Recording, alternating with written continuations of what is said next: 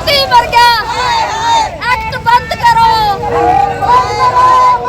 अम्बेडकर ज्योति, अम्बेडकर ज्योति, निकलो बाहर मकानों से, जंग लड़ो बेईमानों से, निकलो बाहर मकानों से, जंग लड़ो बेईमानों से, हम हमारा हक मांगते, नहीं किसी से भीख मांगते, नहीं चलेगी, तानाशाही नहीं चलेगी, नहीं चलेगी, नहीं चलेगी। अभी गली अंगड़ाई है, आगे और लड़ाई है, अभी गली अंगड़ाई है, आगे और लड़ाई है।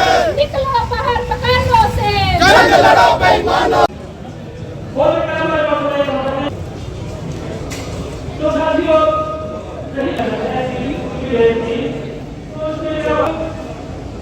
सरकार ने उनको इसी तरीके से वोट देनी है इनको।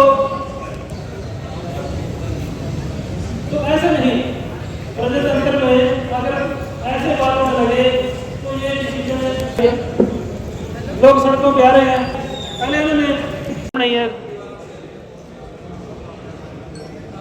तो साथियों आज हमने अपनी जो ताकत है वो सरकार को दिखानी है। जिस भी जाति की संख्या बल ज्यादा होता है उसकी बात सुनी जाती है, चाहे आप कहीं भी खड़े हो। प्रजातंत्र में तीनों की बात होती है, जिसकी पार्टी जैसी भी बात होती है इसका मतलब गुजारिश करूंगा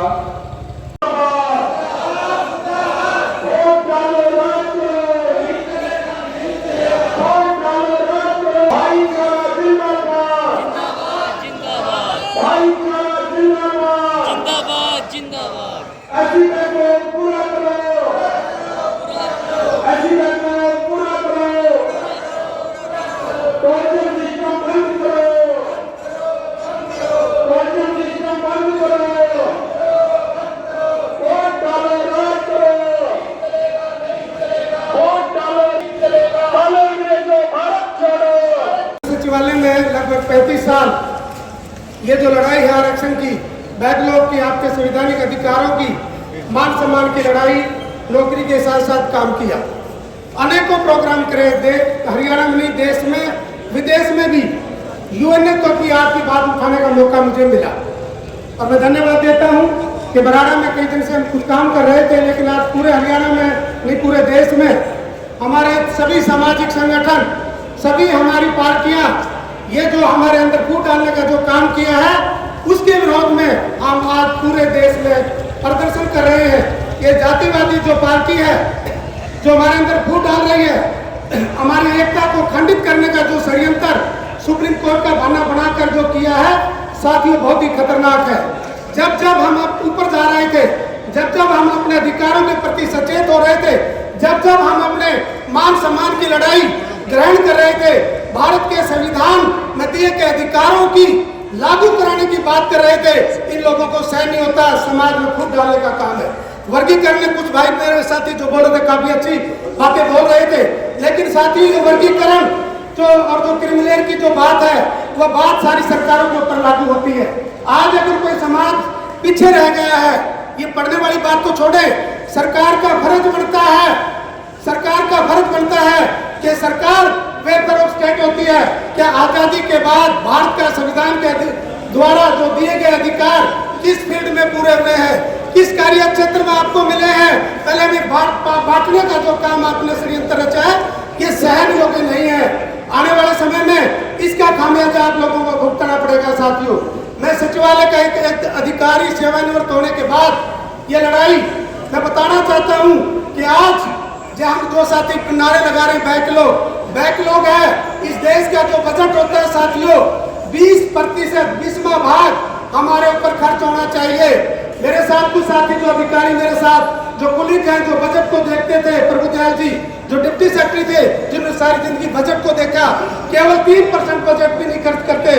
बैकलॉग नौकरियों में समय पर भर्ती नहीं करते, जो दूसरे जो वेलफेयर स्कीमें हैं उनको लागू नहीं करते। किसकी जिम्मेवारी बढ़ती है? ये सरकारों की जिम्मेवारी बढ़ती है।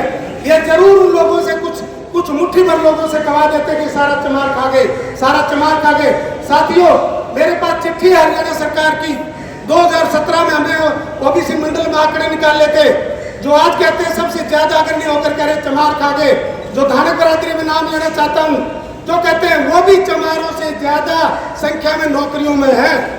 क्या इस प्रकार का वर्गीकरण चौधरी भजनलाल जी ने किया था? भजनलाल का एहसास क्या पता आप लोगों को? पता भजनलाल को आप लोगों ने बंडे दिया? आप लोगों ने बंडे दिया भजनलाल को? जब हमारे अंदर फूट डाली, साथियों दोबारा भजनलाल नहीं आया। मैं इस स्टेज के माध्यम से हरियाणा सरकार को, खासकर जो हमारा मुख्यमंत्री है सैनी साहब दोबारा मुख्यमंत्री नहीं बनेंगे। ये संघर्षशील समाज है, ये संघर्षशील समाज है। ये काम करके खाता है, बेईमानी नहीं करता, चोरी नहीं करता, ठगी नहीं करता, मेहनत का खाता है। और आज इस देश में अगर आरक्षण को बचाया है, अगर संविधान को बचाया है, या अपने अधिकारों को बचाया है, तो इस समाज ने, चमार जाति ने बचाया है। आज पूरे देश में साथियों, बुरा मत मानना कोई। पहली बात तो दूसरा भाई हमारे बीच मानो, क्योंकि इतनी फूट डाल दी है, दूसरी इतनी फूट डाल दी है। आज जो अत्याचार होने लगे जब से आपके अंदर फूट डली है। नौकरियां कितनी हरियाणा में? केवल 40,000 नौकरियां हैं, 40,000 नौकरियां। और तुम्हारी पॉपुलेशन कितनी है? मेरे भाई को मैं आंकड़े ठीक करा दूं, जो साथी बोल रहे थे। 65 लाख पॉपुलेशन हमारी है हरियाणा में, 65 लाख है। और कम से कम 36 लाख केवल चमार है हरियाणा के अंदर। 12 और 13% की भागीदारी चमारों की है हरियाणा के अंदर। तो कहने का मतलब क्या है? हमने सचिवालय में बैठ के कोई हमें ये नहीं कह सकता हमने चमार के काम किए हैं। हमने अपनी सारी जातियों के काम करे, हम उनके नौकरियां लगाए। लेकिन आज वो कहते हैं साथियों, आज वो दोनों लोग, कुछ लोग, मुट्ठी भर लोग बोलते हैं कि वोट हमारी, राज करे चमार, नेता बने चमार। अरे भैया, तुम एक प्रोग्राम करके दिखा दे, ये तो बात आती है उसकी, लेकिन वो फूट डालते हैं साथियों। अगर ये अधिकार समय पर देते, ये जो चीजें हमें संवैधानिक जो हक मिलते थे, जो संवैधानिक जो हमारी मांग, जो चीजें थी सरकारों में, अगर समय पर लागू होती तो हमारी ये दशा नहीं होती। आज ये जो भूमि कहते हैं, जो धरती है, जो खेत एग्रीकल्चर लैंड है साथियों, ये किसी बाप दादा की थी? आप लोगों के पास क्यों नहीं? आप लोगों के साथ क्यों नहीं? आजादी के समय जो बंटवारा हुआ, संसाधनों का बंटवारा हुआ, वह सही तरीके से नहीं हुआ। आपके एमएलए मंत्री को बोलने नहीं दिया जाता। आपका एमएलए मंत्री कोई बोलता है तो उसको माखी की तरह बाहर निकाल कर फेंक देते हैं। लेकिन मैं साधुवाद देता हूं आप लोगों को, 2 अप्रैल को इस देश को काम किया था आप लोगों ने। और पिछली सरकार में, पिछली लोकसभा में आप लोगों ने क्या किया था? लोकसभा में आपने इस देश को नतीजा दिखा दिया। संविधान को बचाने का काम केवल आप लोगों ने किया। आज पूरे देश में दलितों की बात उठ रही है, ओबीसी की बात उठ रही है, माइनॉरिटी की बात उठ रही है। क्यों? आजादी के बाद अगर पूरे देश में दलितों की बात हो रही है तो आपका एकता का फल था, और उस एकता के कारण इस प्रकार करने में आया। इसलिए साथियों, ये सारी जालिम सरकारें जो आपके विरुद्ध इस प्रकार का षड्यंत्र रचते हैं, उसको समझना होगा और हमने अपना भाईचारा बना के रखना होगा। कुछ साथी गुमराह हैं, उल्टी सीधी बातें करते हैं, तो उससे कोई फायदा नहीं होगा साथियों। उसके बाद जब भी वर्गीकरण होगा, आपके ऊपर अत्याचार होने शुरू हो जाएंगे, आपके अधिकार जो मिल रहे हैं वो खत्म होने शुरू हो जाएंगे। मेरे भाई एक साथी कह रहे थे, अगर वर्गीकरण और इस प्रकार का बात आई, क्रिमिनल की बात आई, तो आपका तमाम तरह की चीजें साथियों खत्म हो जाएगा। हमें एकजुट होकर फैसला करना होगा। एकजुट एक प्लेटफॉर्म पर आकर हमें बात करनी पड़ेगी। ये ना कहे मेरा संगठन ज्यादा काम करता है, उसका संगठन काम नहीं करता। मेरे सारे समाज के एक भाई एक प्लेटफॉर्म पर आकर हम काम करेंगे। जब मौका मिलेगा आप मिलजुल कर इसके ऊपर काम करें। धन्यवाद मुझे बोलने का मौका। इसके ऊपर प्रकाश डाल। देखिए समाज के लोगों, देश में सरकार किसी की भी नहीं हो, सड़कों पर यह समाज रहा है। आंदोलन सबसे ज्यादा यह समाज करता है, क्योंकि जिस समाज के हक अधिकारों के साथ कुठाराघात होता है, वही समाज सड़कों पर आता है। यह बड़े दुख की बात है कि जब चोट लगती है तभी दवाई लेने चलता है ये समाज। लेकिन जब रूटीन में यह समाज मेहनत से स्ट्रगल करेगा, तो फिर मेरा सा दावा है कि किसी सरकार की हिम्मत नहीं कि इस समाज की तरफ आंख उठाकर देख ले। अभी जो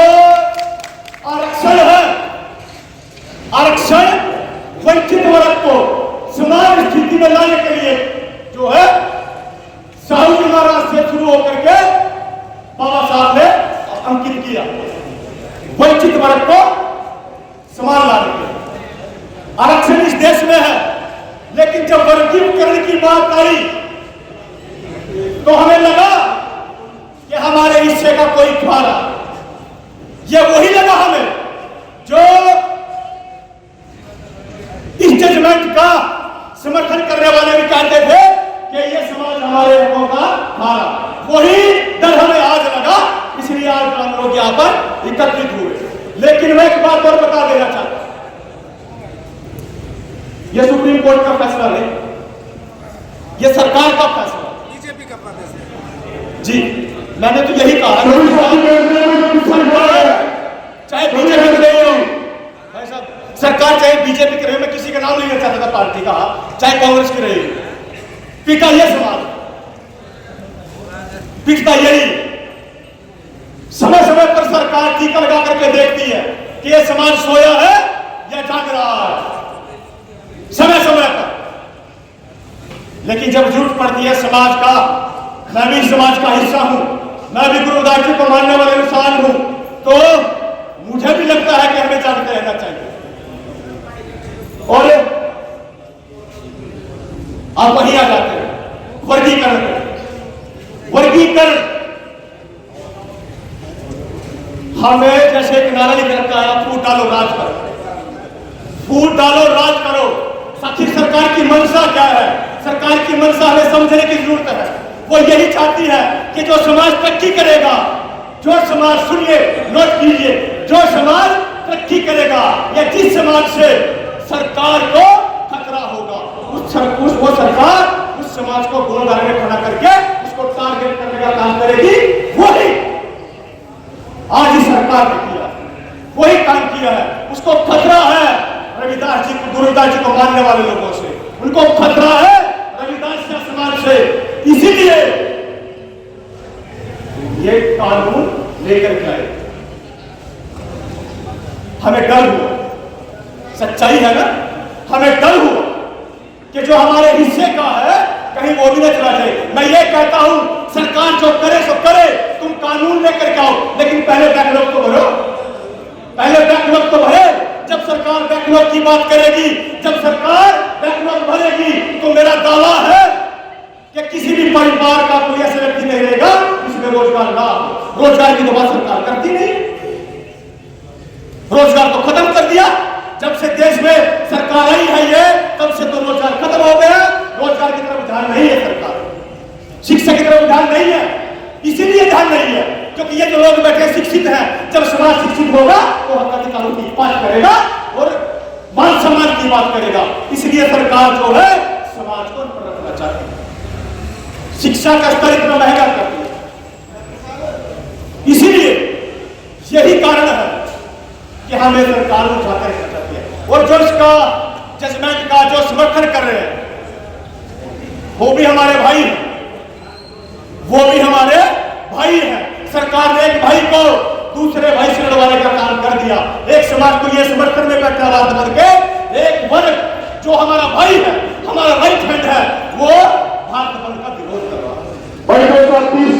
कि सरकार जो पे पूछे सुप्रीम कोर्ट का सहारा लेकर के जजमेंट लेकर क्या किया, वहीं पे जो आप पुनर्विचार करें और इनको वापिस ले, तब जाकर के बात बनेगी।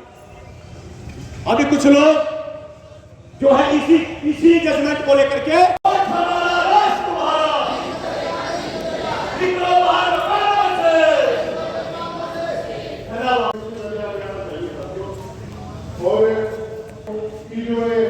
क्योंकि यहाँ पे शासन प्रशासन को जवाब लेने का काम हो गए, क्योंकि साथ रहते हैं और रहे भी हैं, तो ये काम आप लोगों की और हमारी जिम्मेवारी बनती है कि हम समाज के साथ खड़े और उनके दुख सुख में काम आए।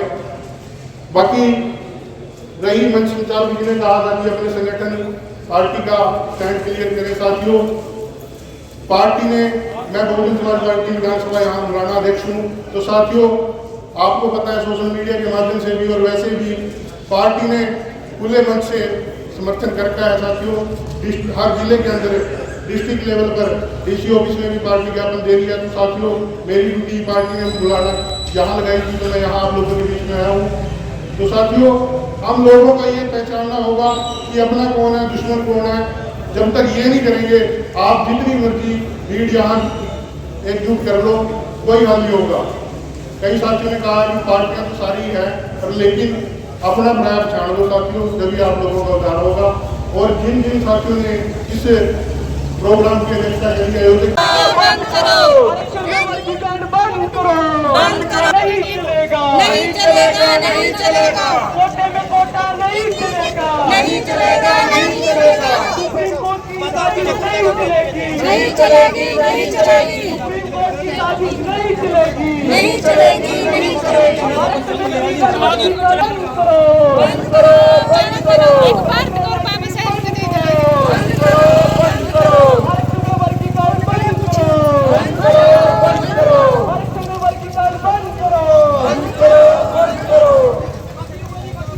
सीधा करो ना, सीधा। सभी साथियों से अपील है कि जिन साथियों ने झंडा जरूर ले, झंडा पोस्टर तख्ती जरूर ले। साथी लाइन में चले।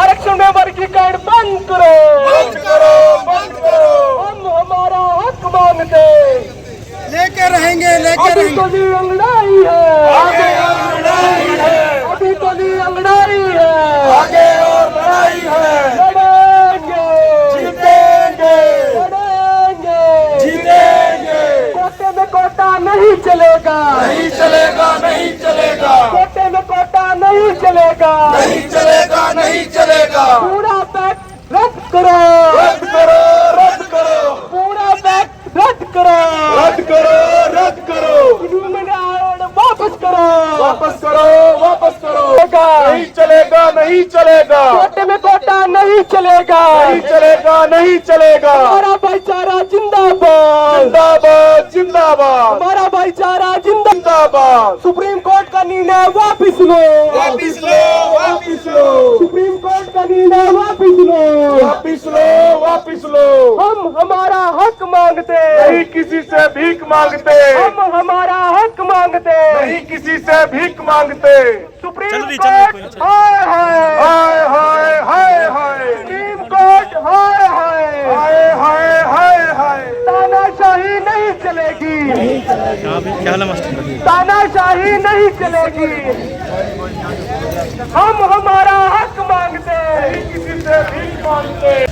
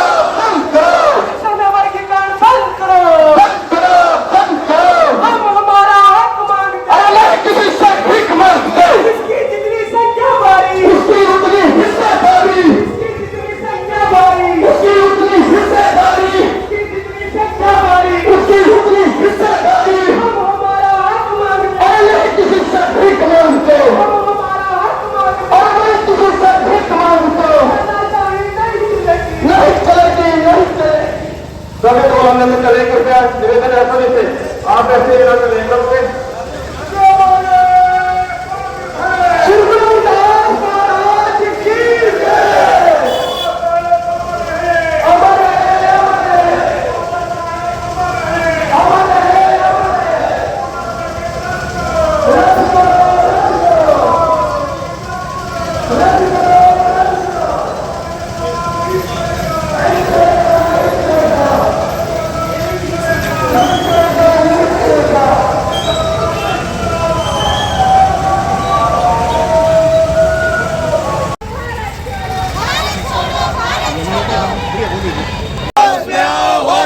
सुप्रीम कोर्ट होश में आओ, होश में आओ, होश में आओ, सुप्रीम कोर्ट की साजिश नहीं चलेगी, नहीं चलेगी, नहीं चलेगी, सुप्रीम मकानों से जंग लड़ो बेईमानों से, संवैधानिक अधिकारों की छेड़छाड़ नहीं करेंगे, कॉलेजियम सिस्टम बंद करो, बंद करो, बंद करो, कॉलेजियम सिस्टम बंद करो, बंद करो, बंद करो, संविधान से छेड़छाड़ बर्दाश्त नहीं करेंगे, नहीं करेंगे, संविधान से छेड़छाड़ बर्दाश्त नहीं करेंगे, नहीं करेंगे, नहीं करेंगे,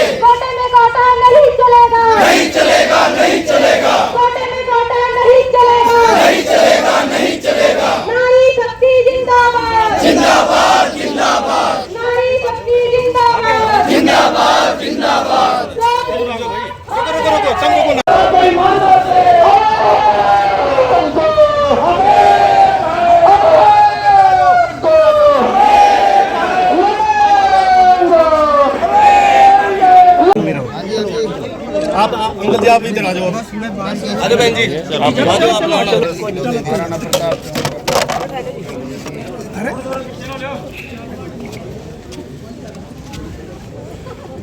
ठीक है सर।